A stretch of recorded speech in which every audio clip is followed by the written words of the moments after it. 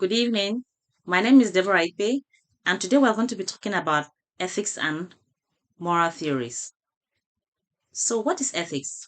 Ethics is concerned with our morality, what we should do and what we should not do, how we should live our lives, and how our actions, everyday actions, affect everyone around us in our homes, in our communities, at our workplaces.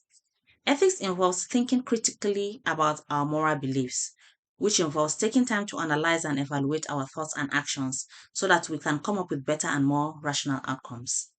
Ethics should govern our behavior and justify our actions so that we can differentiate between what is good and bad. So we have to be considerate, we have to be rational, we have to think of what we are doing before we go about doing it, how it affects everybody.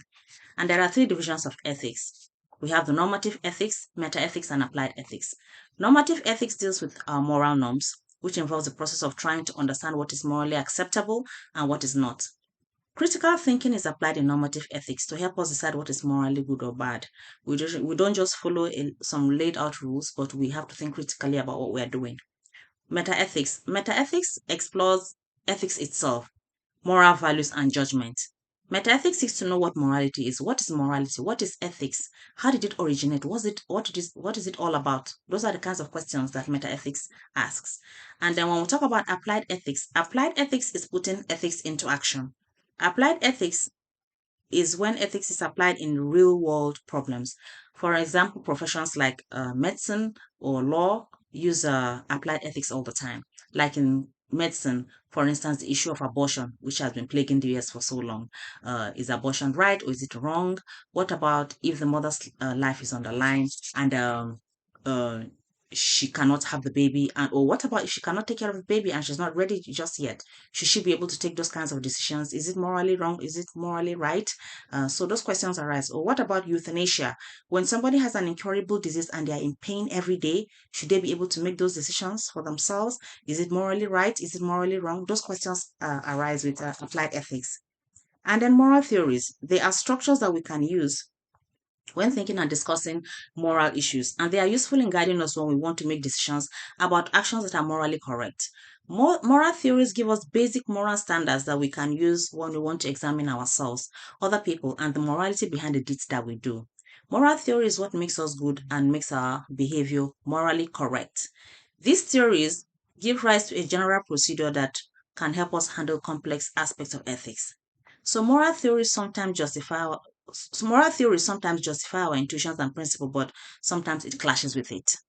So, on the other hand, we have moral codes, which are a set of rules and regulations that we should follow. And then moral codes, an example of moral codes which I've discussed in this course is the Ten Commandments. And for instance, thou shalt not kill. So, what about in self-defense? When somebody comes into your house to kill you, would you just watch them?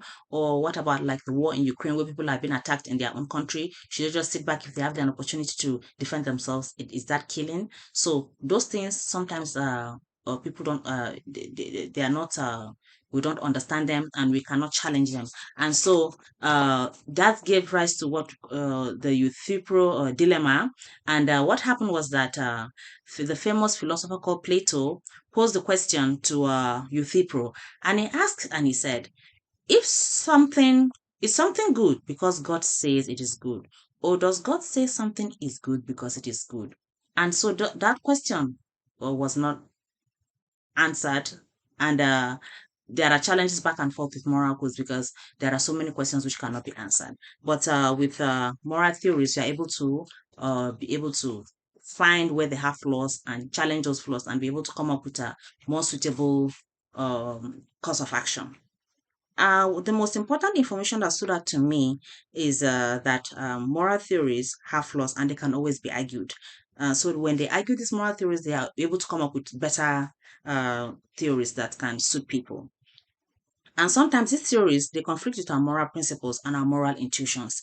And my moral intuition, sometimes I call it my gut feeling. Sometimes these moral theories, your gut feeling tells you that, oh, this is wrong, and then sometimes you can your moral theory, the moral theories with your gut feeling, your intuitions and your principles, when you put them together and then you give rise to what is called a reflective equilibrium. And this reflective equilibrium helps you to find a balance between your own principles and intuitions and then moral theory. So that way, moral theories are able to be argued all the time.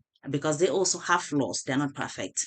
Another thing that stood out to me is how moral theories supersedes moral codes. Because with moral theories, you have the tools you need to be able to figure out what you need to do, not just following some sets of rules and regulations. So you have the tools at hand you need to be able to argue situations, not just to say, oh, this is how something should go. Oh, don't do this and don't do that. And then you are like, oh yeah, I won't do that and I won't do this. But no, you are able to ask questions. Why shouldn't I do this? Why should I do that? And then you're able to come up with something more suitable. So those things stood out to me. And my major is information technology and networking. I would like to specialize as a data scientist. And I remember in my ITN 101 course in the spring, back in the spring, we talked about an ethical issue that happened in 2015, which involved the vehicle maker Volkswagen. And what happened was that, and it was famously tagged the Volkswagen emission scandal. And what happened? It happened in September of 2015. So the American Environmental Protection Agency discovered that many Volkswagen cars sold in the US had a software in their diesel engine cars that could detect when the cars were being tested for emissions. And they called the device the defeat device. And what happens is that when the cars were being tested in the lab, that involved putting them on a stationary test rig. The device appears to have put the vehicles into a sort of a safety mode in which the engine ran below normal power and performance. But once the cars were in the road, the engine switched out of the test mode, and the result was that the engines emitted nitrogen oxide pollutants up to 40 times above what is allowed in the US. So because they wanted to sell their diesel cars, they cheated, and then they found out that they cheated. As a result, the company recalled millions of its cars worldwide. There was a maximum fine of about $18 billion for them to pay, and it also posted its first quarterly loss of about 2.5 billion euros. The company's chief executive resigned, as well as so many other legal implications that followed. So at the end of the day, the whatever they did, they paid more at the end of the day. So I think ethics is very important. Morality is very important. We have to do what we can do so that we are morally upright, and we are ethical in what we do. I think it will help us, and at the end of the day, if we cut corners, it's going to come back to us. Thank you for listening to me.